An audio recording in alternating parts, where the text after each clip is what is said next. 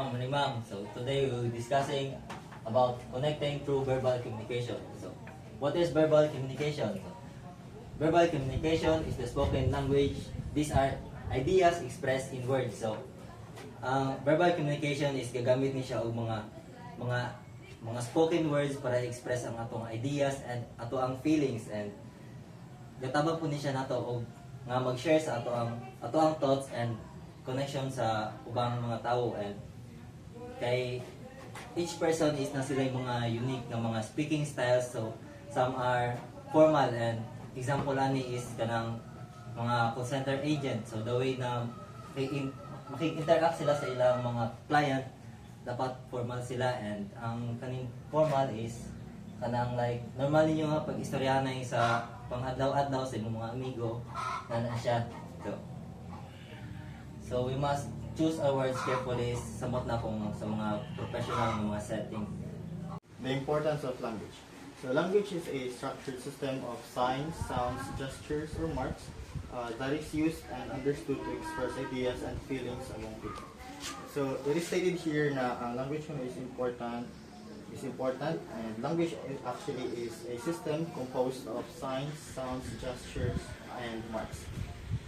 For example, sa signs is kanang makita nato sa dalan kanang arrow, like ka-point siya sa right or ka-point siya sa left, or katong arrow na U-turn. One of the example na siya. Sa sounds naman is kanang karon kanang kung di ginasulti kanang tingog na ako kung siya one of the examples po sa sound.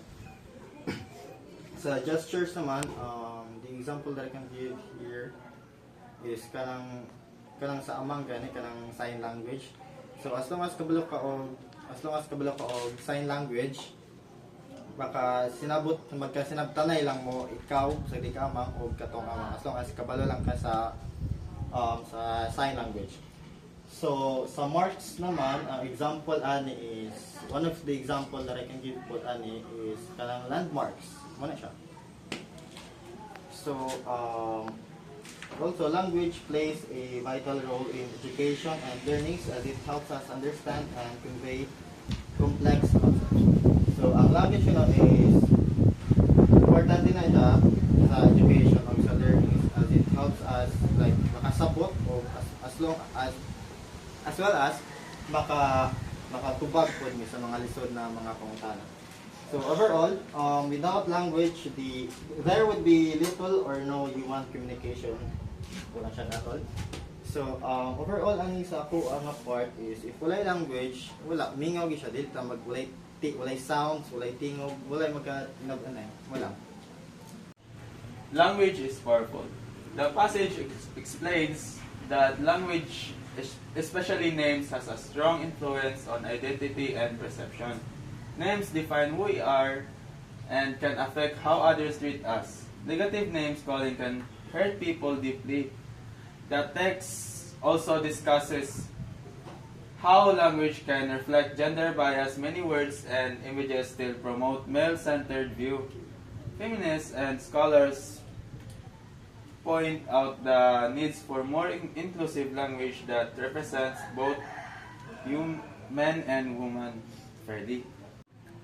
So, language is powerful kay, for example, someone calls you bugo, it might offend us, di ba? Bisag mo ingon pa na siya nga joke lang to, but still nasakitan ka sa words nga iyang gipang istorya. Pero if ingon gani ka nga right, it might encourage you na naakay abilities. That's why we should be careful with our words we use, kay wala ta kabalo nga nakapasakit na data sa tao nga pinaagi sa atong mga isigipang istorya.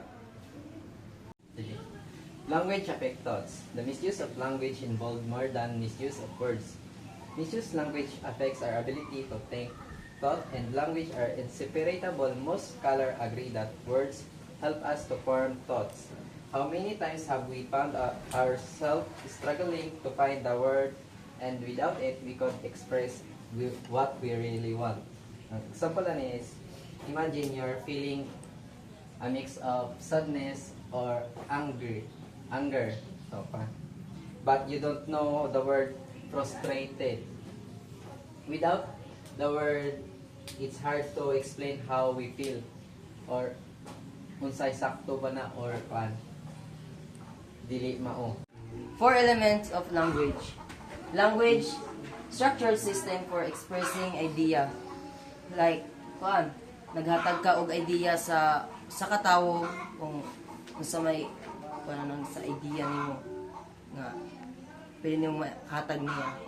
And talk, everyday verbal expression, like nag-istoryanay mo